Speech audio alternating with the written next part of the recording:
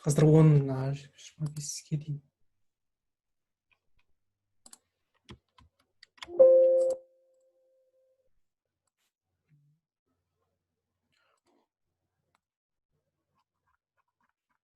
Он 10:25-ке дейін уақыт бар. 10:25-те осы бірінші деңгейдің екінші бөлімін бастаймыз. Ол сабақ кішкене қызық болады деп ойлаймын. Ол кезде сөздер, ережелер өтеміз және бірге жаттығамыз. Арасындағы жаттығуларды орындаймыз бірге. Сол сабаққа да қосылыңыздар. Егер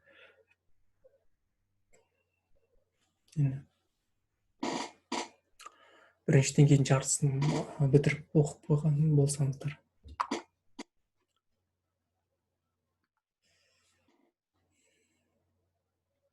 Ал енді мынау сіздердің уақыттарыңыз екінші жартысы. Қандай сұрақтарыңыз бар? Или тексертетін жұмыстарыңыз бар ма? Және бірге сөйлесіп жаттығатын, бірге сөйлесіп жаттығатын мүмкіндік мынау сыныптастарыңызбен бірге. Панчинку дейді ғой. Сыныптағы достарыңызбен бірге.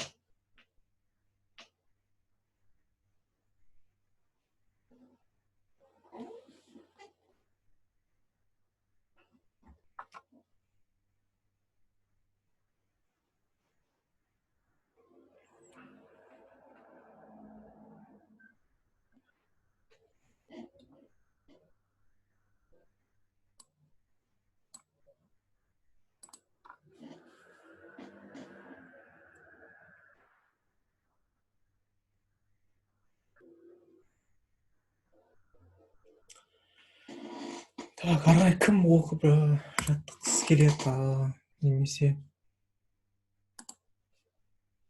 қазір не істейміз? Бірінші сабақты өтеміз бе?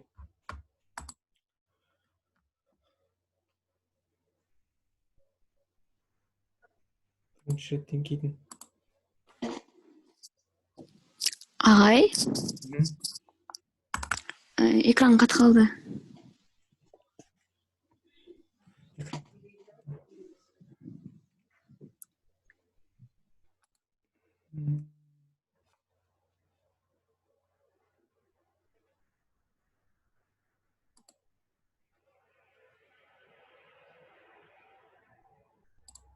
Қайтадан жасап көрейінші.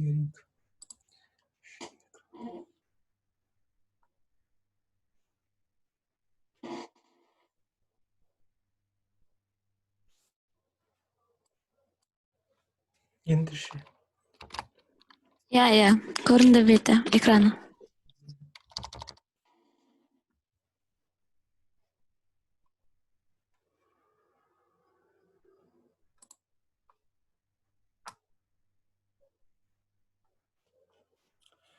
Сонымен барлықтарыңыз алфавитті білесіздер ме? Бүгін жаңадан үйренгендер бар ма? Перизат деген. Осы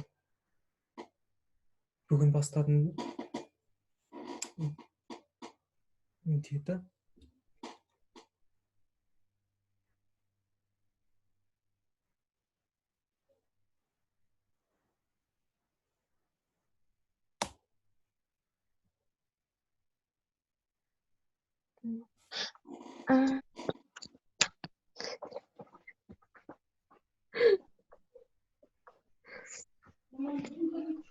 Егер ешкім бастамаса, негізі алфавитті біз ертең ары қарай бірінші неден бастап өте берсек болады.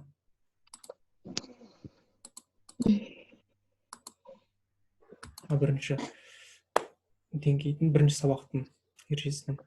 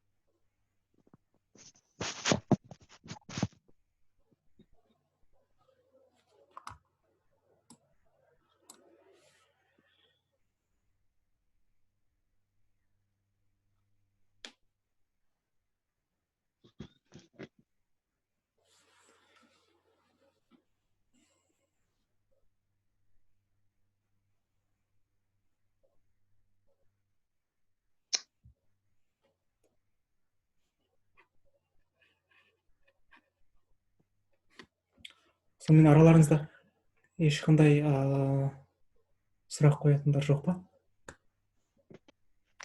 Ағай, сұрақ қойсам бола ма? Иә, қоя беріңіз. Аннауда оди мен одисоның айырмашылығы жоқ па? Одисо. Оди деген қайда деген сөз, қай жер деген сөз. Одисо деген эсо. Қай жердің ішінде деген сөз.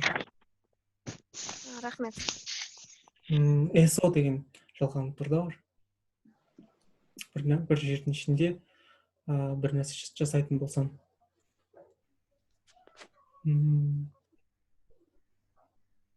Мысалы, оди, кайо дейміз, қай жерге барасың деп. Мысалы, оди, эсо, кайо деп айта алмаймыз. Солар екеуі екі түрлі.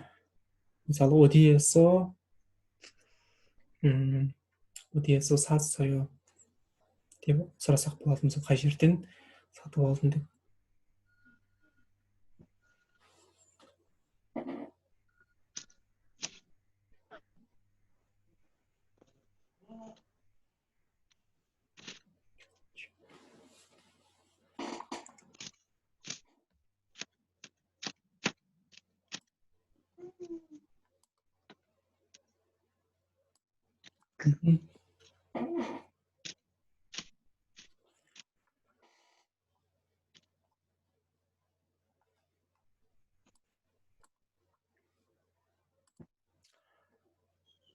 Мен жаңадан келдім дейді.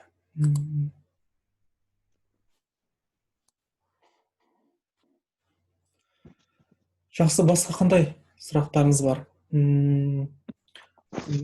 Осы перизаттан басқалардың барлығы алфавиттерді біліп оқи алатын сияқты. Мүмкін оқып көріңіздер мына сөздерді, мына жердегі сөйлемдерді. Немесе өздеріңіз таныстырып көріңіздер.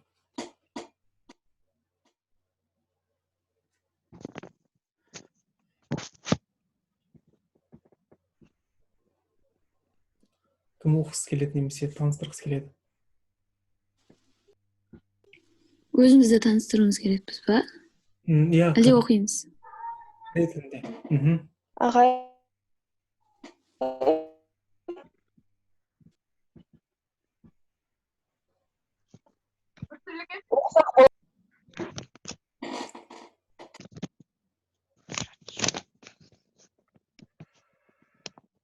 Мен, иә, мысалы.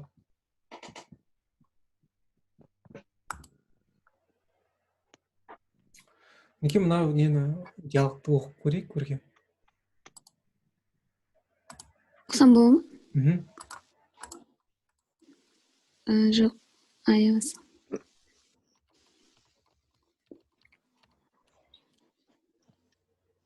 Диалогты. Қарапайым. Оқиын ба? Пайра дейді. 안녕하세요. 저는 파이라예요. 안녕하세요. 저는 지민이에요. 만나서 반가워요. Иә, өте жақсы оқыдыңыз. Келесі. Ағай, мен де оқып көрсем бола ма? Иә. Бүгін рөлдер оқыңыздар. Біреуіңіз Таумин болып, екіншісі Марина болып. Марина. Мен Марина болайын. Мақұл. Ал бастаңыздар. Таумин бірінші. Таумин.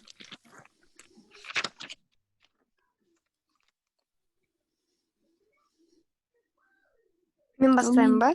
Иә. 안녕하세요. 저는 타오민이에요. 안녕하세요. 저는 마리나예요.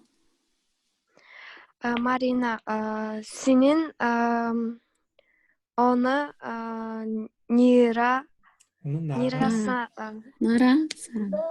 나라 사람이에요. 저는 러시아 사람이에요. 덕민 씨는 어느 나라 사람이에요? 저는 중국 사람이에요. 만나서 반갑습니다. Қазір аударамыз Жасминмен ба? жоқ аударып жалпы түсінсеңіздер болды. Қазір Жасминмен iPhone user деген сөйледі ма? Оқыды ма қазір? Кім оқыды түсінбедім. Иә. Әсем есім. Сәрсен есім. Иә, Жасмин және Әсем. Әсем жақсы оқыдым. Барлығы егерде интонацияларды да, ударение барлығы жақсы оқыдым. Сіздің сабағыңызға қатысып жүрген ғой. Ал бірінші кім Таумен болып оқыған? Кім Жасмин, иә? Иә. Әлі біраз жаттығу керек екен. Мысалы сөздерді бөліп оқып жатырсың.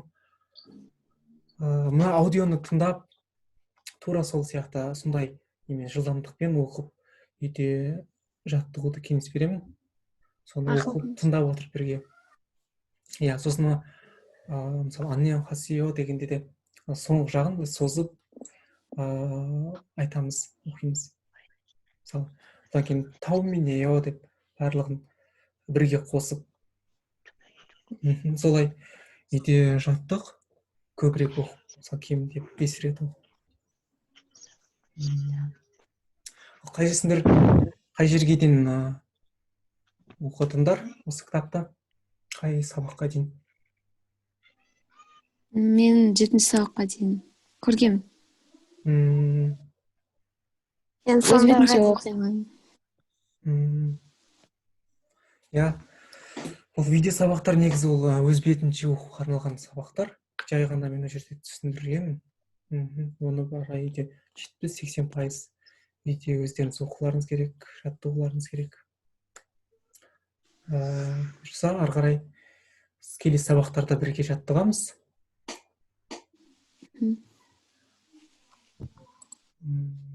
Енді мына жерде мынаны орнына ауыстырып та үйде жаттыққан боларсыздар. Көк сөздерді ауыстырып. Иә, деп.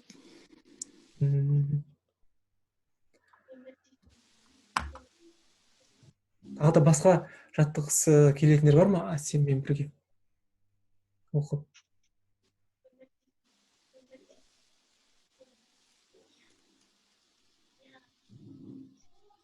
Онда Әсем сен Таумен бол, орналастырайық. Келесі кім? Роза.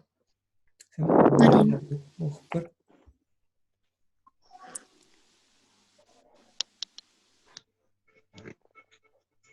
Қазір өлші.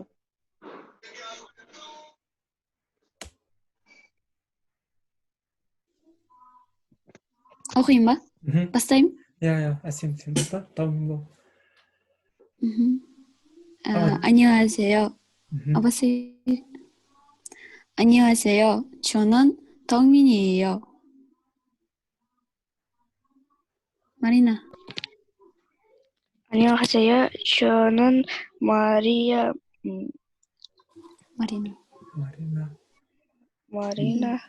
예요.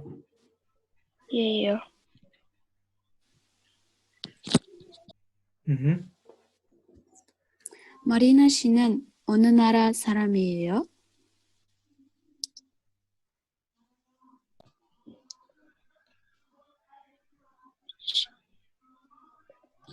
저는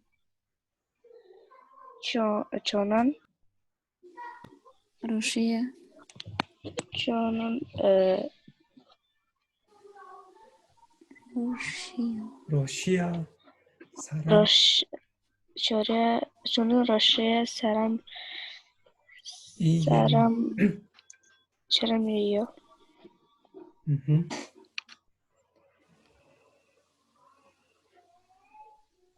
그래서 다운민 씨는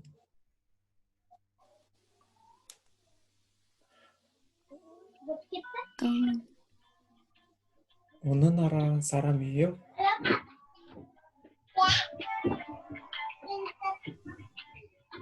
қатты қалды.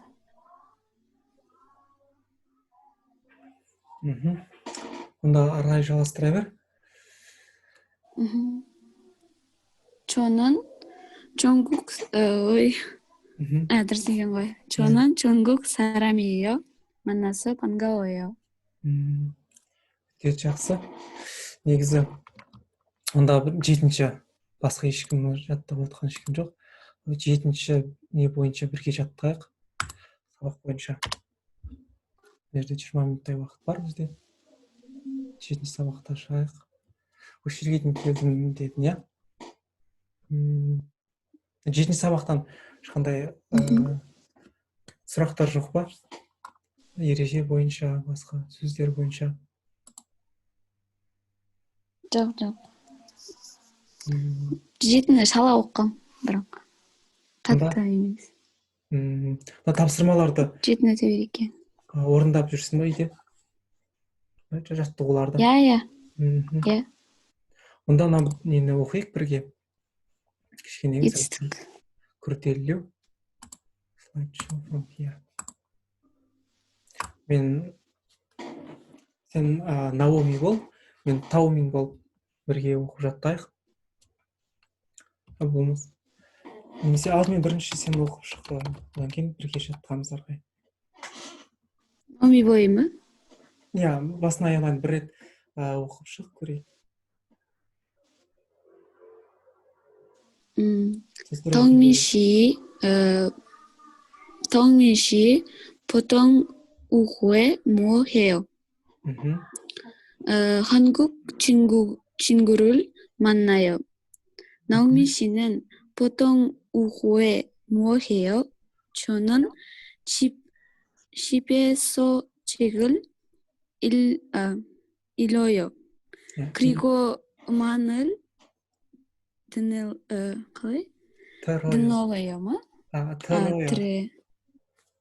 들어요. 저는 보통. 집에서 책을 읽어요. болады. 읽어요. 덩민 мырза. аударып көрші. сөйлемдерді. 집에서 осы бар ғой. 읽어요 бар ғой, иә? Иә. төрт, мысалы, и сосын р сосын г келген ғой. Солай оқуларды білмеймін. Қиындау. Бұл былай оқылады. Мысалы, 읽어요. Мына жерде мынау жерде 3 буын бар. Осындай.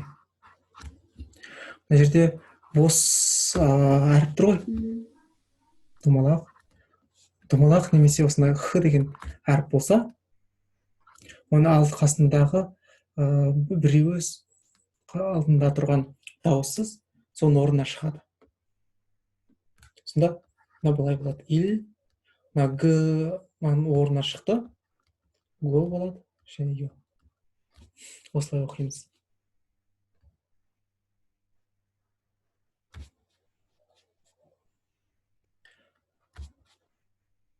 Илгойо. Мысалы, мына жерде тройо дегенде де дәл солай. Мына р бос ненің орнына шығады. Тройо.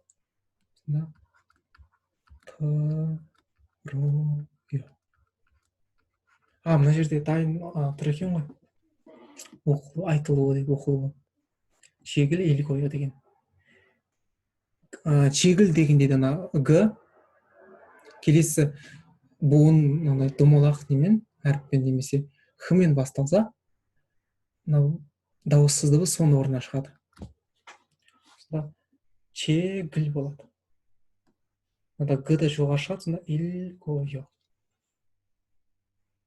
Осылай оқимыз. Түсінікті ме?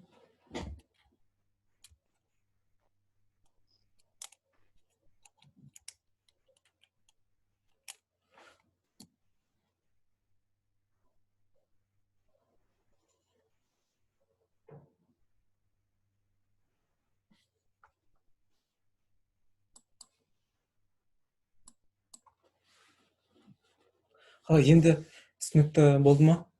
Әсем ши. Иә, рахмет. Түсінікті болды.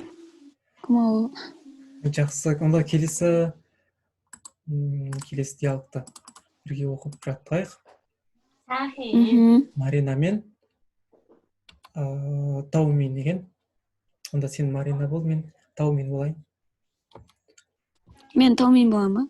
Жоқ, Марина бол. Баста. Марина болайын ба? Кейіннен ауыстырып. Таумен 씨, 지금 뭐 해요? 지금 뭐 해요? 뭐. 뭐 해요? сен 뭐 деп айтқандай болдың. 뭐 해요?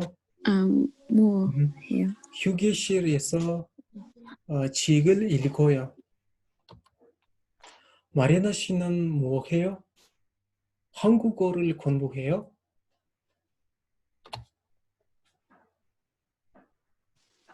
아니요. 이미 이메일을 써요. 써요. 써요. мына жерде де дәл солай. 이메일을 жоғары қарай шығады. 이메일을 써요 болады.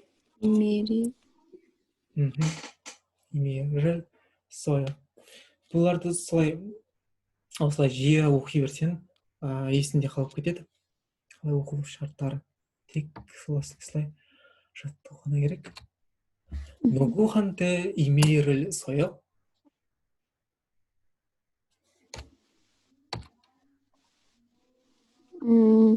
어머니한테 이메일을 어머니한테 어머니한테 이메일을 써요. 이메일을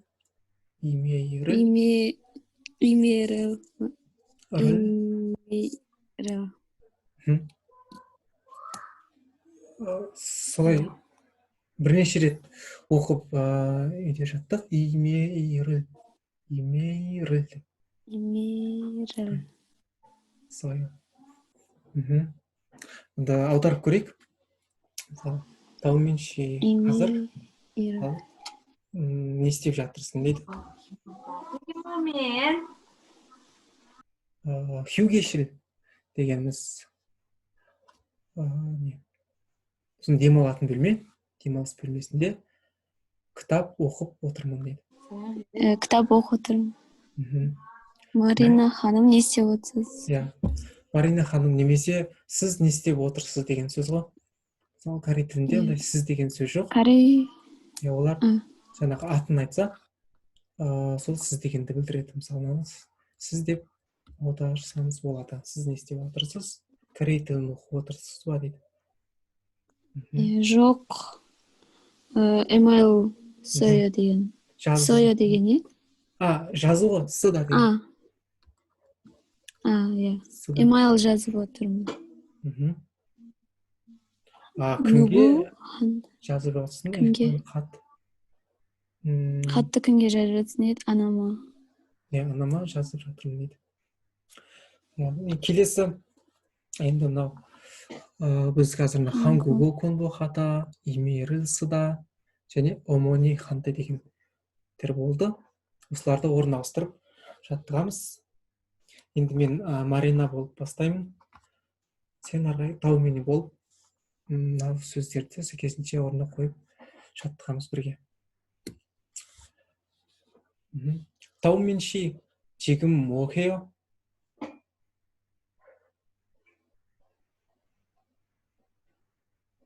Қатты қалды апай, экран қап-қара болып кетті. Ағай. Экран қарайып кетті. Ғана да осындай болған еді. Сол кезде... болды. Болды ма? Ой, қайттан шығып кетті. Енді сол кезде өшіріп қайтып қосқан кезде дұрысталған еді. Сен бар.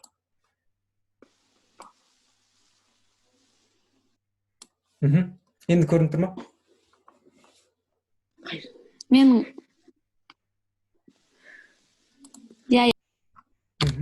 Енді мен Марина боламын, сен Таумен болып, мына сөздерді орын ауыстырып жаттығамыз. Үйде ма, әлде қазір ма? Қазір. қазір мен бастаймын. 다운민 씨, 지금 뭐 해요? 휴게실에서 책을 읽어요. 아, 이렇게만? 저 휴게실에서 책을 읽어요. 책을 읽어요. 읽어요. 나지 ат өзгере ма? аты өзгермейді, жоқ. көкпен жазғанда ғана өзгереді. 마리나 씨는 뭐 해요? 영화 마? 영화 연화를 공부해요. жоқ. 보다. 연화를 보다 봐요? 해요. жоқ. 봐요 деп айтамыз. 이 жерге 연화를 영화를 보다 дегеніміздің осы жақта біз 봐요 деп айтамыз ғой. мысалы 공부하다 дегенді 공부해요 деген сияқты.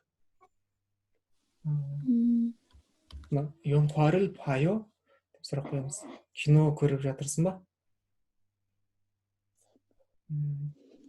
сосын мен жауап беремін. 아니요. 편지를 써요. 누구한테 쓰다딘 바? 쓰단 거임 바? 쓰다 편지. 누구한테 енді 이메일을 써다 деген орнына біз 편지를 써다 деп неғыламыз. 쓰다 деп айтамыз. қоямыз. 이메일 деген орнына 편지 дегенді қойып оқисың.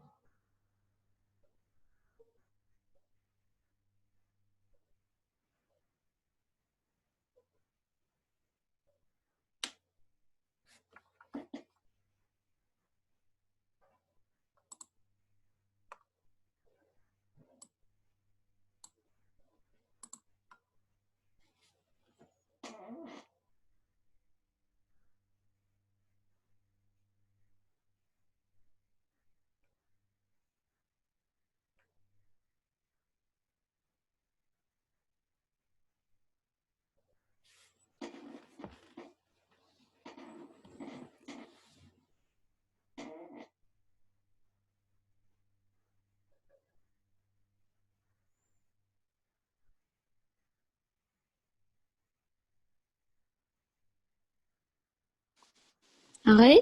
иә.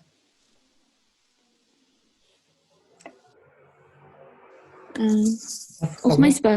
мен сені күтіп отырмын. 동생한테 편지를 써요. келесі, енді сен Марина болып бастайсың. тағы да біз 한국어 숙제를 하다 және 러시아어를 가르쳐요 деп және 친구한테 деп айтып осыларды орнына қойып жаттығамыз тағы да. енді тағы да орналастырамыз. сен Марина болып баста. 덕민 씨 지금 뭐 해요? 휴게실에서 책을 읽어요. 마리나 씨는 뭐 해요? 한국어 숙제를 해요? 아니요.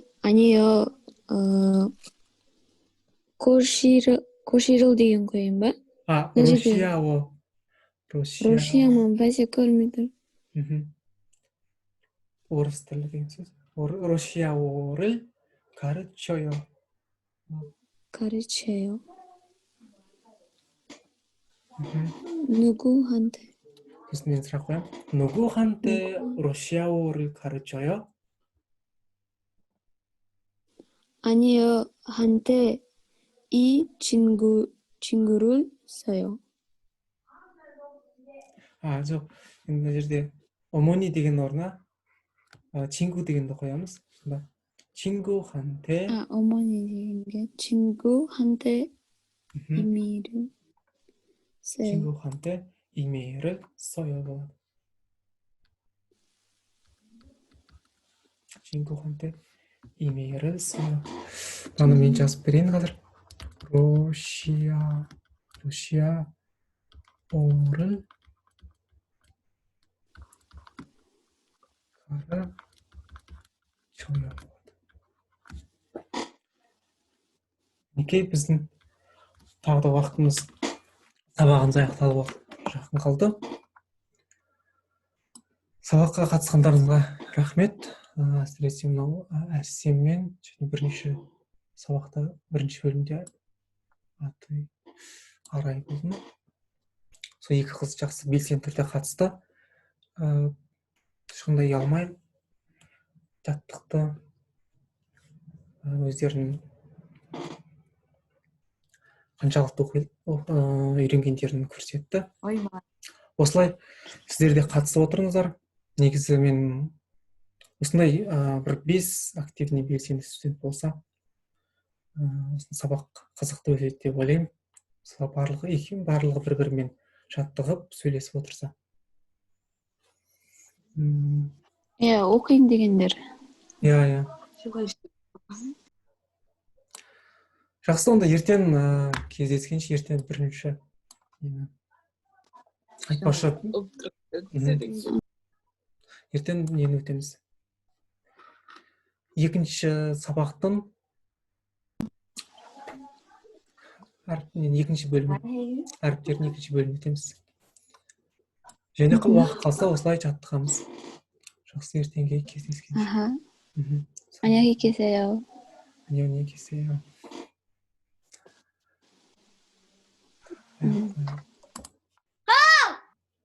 Eu gosto, né?